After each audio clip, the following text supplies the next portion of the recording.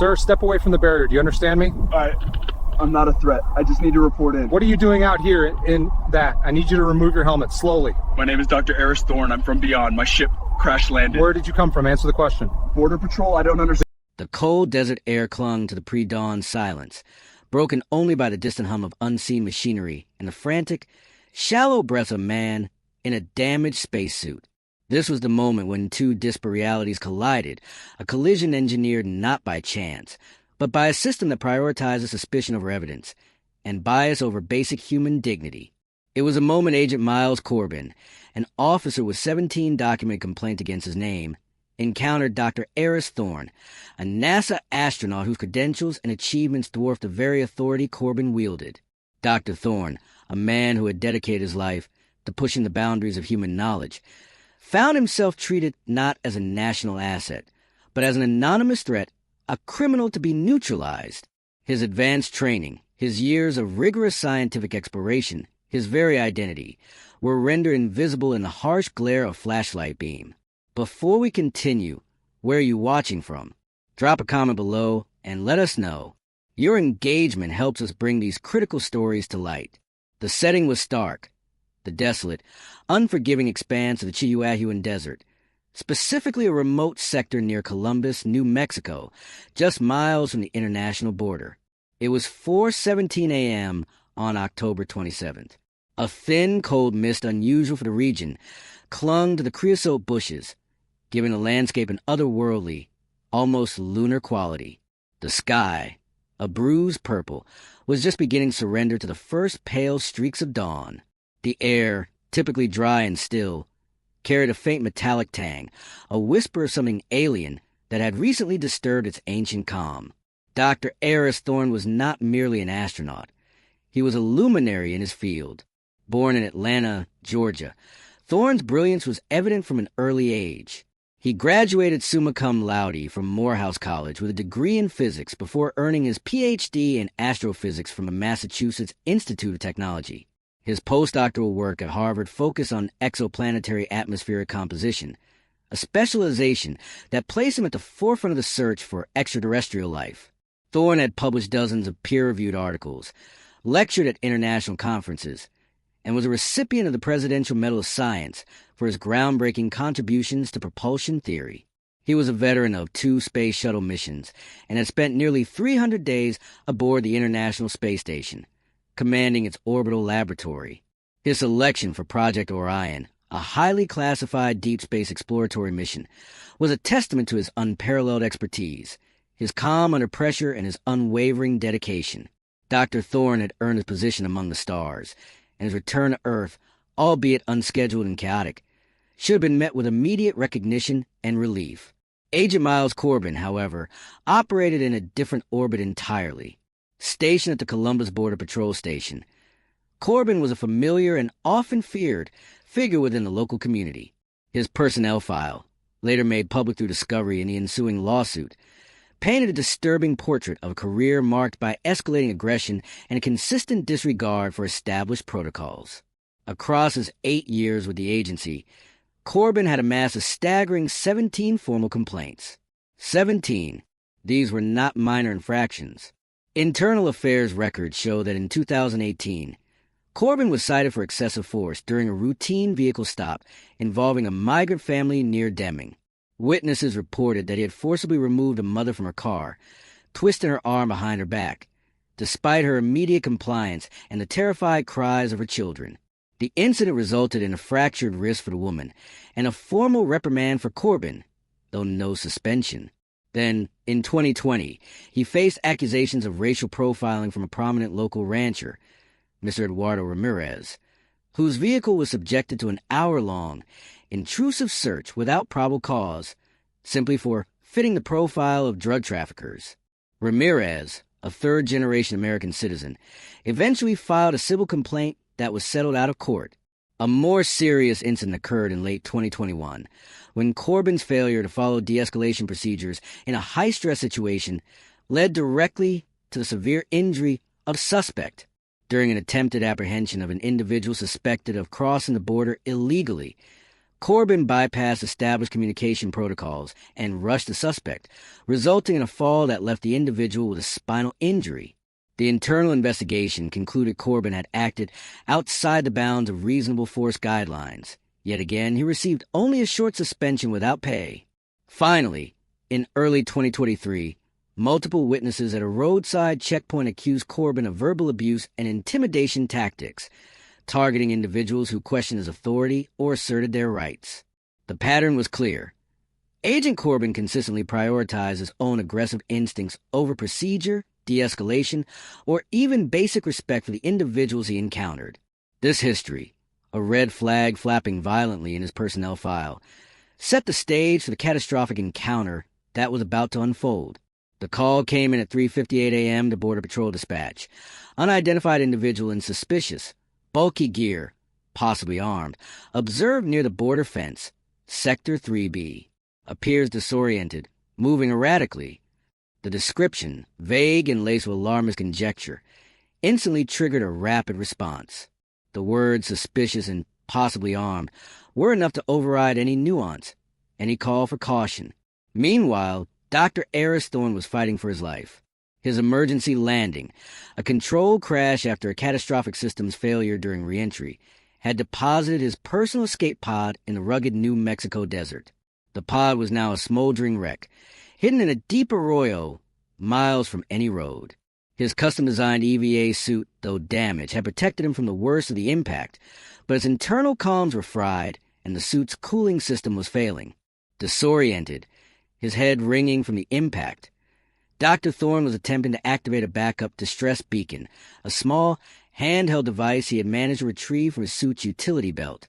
He was limping, the desert sand crunching under his heavy boots, away from the wreckage, desperately seeking a clear line of sight for the beacon signal. His activity was mundane, legitimate, and entirely focused on survival and mission recovery. He was an American astronaut, on American soil, in a state of extreme distress. Should officers, especially those operating in sensitive border regions, be mandated to verify the credentials and identities of individuals before escalating to physical confrontation, particularly when the circumstances are highly unusual? Agent Miles Corbin, responding to dispatch, spotted the strange, bulky figure silhouetted against the nascent dawn. His mind, already primed by the suspicious gear report, immediately jumped to the worst-case scenario. He pulled his patrol vehicle to a screeching halt, dust billowing around him, and exited with his weapon drawn, the beam of his tactical flashlight cutting through the dim light. "Hands! Let me see your hands. Get on the ground." Corbin's voice, amplified by the desert's quiet, was a harsh bark. Dr. Thorne, startled, dropped the beacon. He raised his gloved hands, slowly, the visor of his helmet obscuring his face but not his bewilderment, through the damaged comms in his helmet. He tried to speak, his voice crackling, distorted. I'm Dr. Eris Thorne, NASA emergency landing." Corbin, however, wasn't listening. His eyes were fixed on the unfamiliar, bulky suit, the strange reflective visor, the faint scorch marks. "NASA? Right. Anyone can fake that. Get on the ground now. Don't make me ask again." Thorne tried again, his voice strained. "My pod, it crashed. Project Orion. I need to contact Mission Control." He gestured vaguely toward the hidden arroyo, then tried to point to the prominent NASA insignia on his chest and shoulder. The official patches, clearly visible even in the dim light, were designed for instant recognition. "I said hands on the ground." Corbin yelled, advancing quickly, his weapon still aimed. "You think I'm stupid? What's in the suit? What are you carrying?" He disregarded the insignia, the desperate pleas, the sheer improbability of someone faking a full, damaged space suit in the middle of the New Mexico desert. His preconceived notions had already locked in. "This is a classified mission. I am a U.S. citizen. You need to stand down." Thorne managed, his word a desperate plea for understanding. Corbin scoffed, taking another aggressive step. "Classified? You're trespassing on federal land, in some kind of costume. You're coming with me." He holstered his weapon, but moved with a predatory swiftness, grabbing Thorne's arm. Despite the bulk of the suit, Corbin's grip was brutal, twisting Thorne's arm behind his back. The astronaut, still dazed and injured from the crash, cried out in pain as he was forced to his knees in the dust. The distress beacon, now lying forgotten, continued to emit its faint, unheard signal. The commotion, however, had not gone entirely unnoticed. A local rancher, Mr. Mateo Sanchez, out checking his fences before sunrise, had witnessed the aggressive approach. His cell phone, already recording, captured the chilling exchange.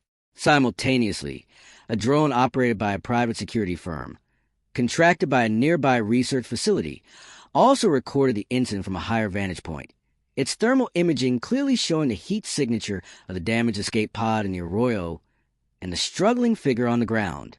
Just as Corbin was attempting to cuff the bewildered astronaut, a second Border Patrol vehicle skidded to a halt. Agent in charge Elena Rodriguez, a seasoned officer with a reputation for professionalism, had been monitoring the vague dispatch call and felt a growing unease. What she saw made her blood run cold. A fully suited individual, clearly bearing NASA markings, being violently restrained by one of her agents. "Corbin, stand down. What in God's name are you doing?" Rodriguez's voice cut through the tense air. She leaped from her vehicle, her eyes wide with disbelief and dawning horror. She immediately recognized the distinctive design of a high-altitude, re-entry-capable EVA suit. "Those are NASA insignia. What's your intel on this?" Corbin, flustered but defiant, gestured dismissively. "He claims he's an astronaut, sir. Says he crashed. But he's not cooperating, acting suspicious." Rodriguez knelt beside the struggling Dr. Thorne, her gaze sweeping over the suit, the scorch marks, the desperate expression in his visible eyes to the helmet's visor. She then looked at Corbin, her face a mask of controlled fury. "Suspicious? This is a national security incident, not a routine apprehension. Get away from him, now. And I want your badge and weapon on my desk by 0800. You're relieved of duty, effective immediately." The gravity of her words hung heavy in the pre-dawn air. The immediate aftermath was a whirlwind of damage control and high-level intervention. Within minutes of Agent Rodriguez's arrival and her urgent calls to regional command, the scene was swarming with federal agents, not just Border Patrol, but NASA Security, FBI, and even elements of the Department of Defense. Dr. Eris Thorne, suffering from mild concussion, dehydration, and a dislocated shoulder from Corbin's aggressive restraint, was immediately whisked away by a specialized medical team to a secure military facility. His identity was confirmed beyond any doubt, and the full weight of a national security incident involving a classified space mission began to unravel. The incident itself, however, refused to remain contained within the classified corridors of federal agencies. Mr. Mateo Sanchez's cell phone footage, shaky but undeniable, depicting a federal agent violently apprehending a man in a recognizable spacesuit, was uploaded to social media just hours after the event. Within an hour, it had garnered tens of thousands of views. By midday, after news outlets picked up the story and the drone footage from the private security firm was anonymously leaked, the hashtag Astronaut detained was trending globally. The video went viral, accumulating over 50 million views across various platforms within 24 hours. The image of Dr. Thorne, a symbol of American scientific achievement, being manhandled by a Border Patrol agent, became a searing indictment of unchecked authority and systemic bias. Should officers who demonstrate a clear pattern of excessive force, racial profiling, or disregard for protocol face automatic termination, rather than repeated reprimands or suspensions? The institutional responses were swift and severe. The Department of Justice, NASA, and the State Department immediately launched a joint investigation. Dr. Thorne, once medically cleared, wasted no time in filing a comprehensive lawsuit against Agent Miles Corbin, the U.S. Customs and Border Protection Agency, and the Department of Homeland Security. His claims were extensive: false imprisonment, assault and battery, civil rights violations under the Fourth Amendment, and severe emotional distress. The lawsuit detailed profound trauma inflicted upon a decorated astronaut who, having just survived a perilous reentry, was then subjected to unwarranted aggression on his own soil. The legal battle, while complex, ultimately found the federal government in an untenable position. The overwhelming evidence, multiple video recordings, Dr. Thorne's impeccable credentials, the testimony of Agent Rodriguez, and Corbin's own damning personnel file left little room for defense. In an effort to mitigate further public outcry and avoid a protracted, embarrassing trial that would expose deeper systemic issues, the government moved to settle. The settlement, finalized after intense negotiations, amounted to an unprecedented $6 million. It was the largest settlement in state history. For a single incident involving a federal officer, a staggering sum that underscored the egregious nature of Agent Corbin's actions and the institutional failures that enabled them. As for Agent Miles Corbin, his career was over. His termination letter, a scathing document later released to the public, stated, "Agent Corbin has demonstrated profound disregard for established agency protocol, exhibited egregious judgment in a high-stakes, sensitive situation, and brought irreparable discredit upon the U.S. Customs and Border Protection Agency. His actions were not only a dereliction of duty, but constitute a severe abuse of power, directly resulting in significant harm to an individual and substantial financial and reputational damage to the federal government." He was summarily fired, and the process for his decertification as a federal law enforcement officer was immediately initiated, effectively ending any possibility of him serving in law enforcement again. The cost of one agent's unchecked bias and aggression had reached into the millions and touched the highest levels of national security. In a powerful press conference held weeks after his recovery, Dr. Aris Thorne, still visibly shaken but resolute, delivered a testimony that resonated across the nation. "I have faced the vacuum of space, the fiery crucible of reentry, and the isolation of deep space missions," he began, his voice calm but firm. "I have trained for every conceivable emergency, every technical failure. But nothing in my extensive training prepared me for being treated as a criminal on my own planet, by my own government, simply because I was in an unfamiliar suit and disoriented. If this can happen to me, a decorated NASA astronaut, a black man in a verifiable NASA suit, with irrefutable credentials, what hope does an undocumented migrant or a person of color without my privileges and platform have when they encounter an officer predisposed to suspicion and aggression?" His words cut to the core of the issue, transforming a singular incident into a stark indictment of systemic injustice. "This was not merely a misunderstanding," he continued. "This was a failure of training, a failure of oversight, and ultimately, a failure of empathy. It was a demonstration of how deeply ingrained bias can override overwhelming evidence, even when national security is at stake. My suit, my insignia, my very identity were dismissed as a fake, because they didn't fit a preconceived narrative of what a threat looks like. Should an incident of this magnitude, exposing such profound failures in judgment and systemic bias within a federal agency, automatically trigger a comprehensive federal investigation into the agency's training, oversight, and internal culture?" The department's internal findings, eventually released under intense public pressure, confirmed Dr. Thorne's broader critique. The investigation revealed a disturbing array of systemic failures within the Border Patrol sector. It cited inadequate training on de-escalation techniques, particularly in unusual or ambiguous scenarios.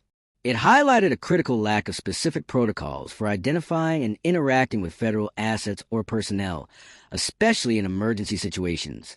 Crucially, the report acknowledged a pervasive issue of implicit bias within agent training and operational procedures, noting that the default assumption often leaned towards criminality, particularly for individuals perceived as outsiders or those whose appearance deviated from established norms. The report also exposed a culture of insufficient oversight for agents with multiple complaints, allowing problem officers like Miles Corbin to continue operating without meaningful corrective action.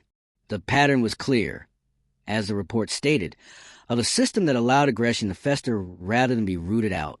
In response to the scandal and the damning internal findings, U.S. Customs and Border Protection announced a series of sweeping reforms.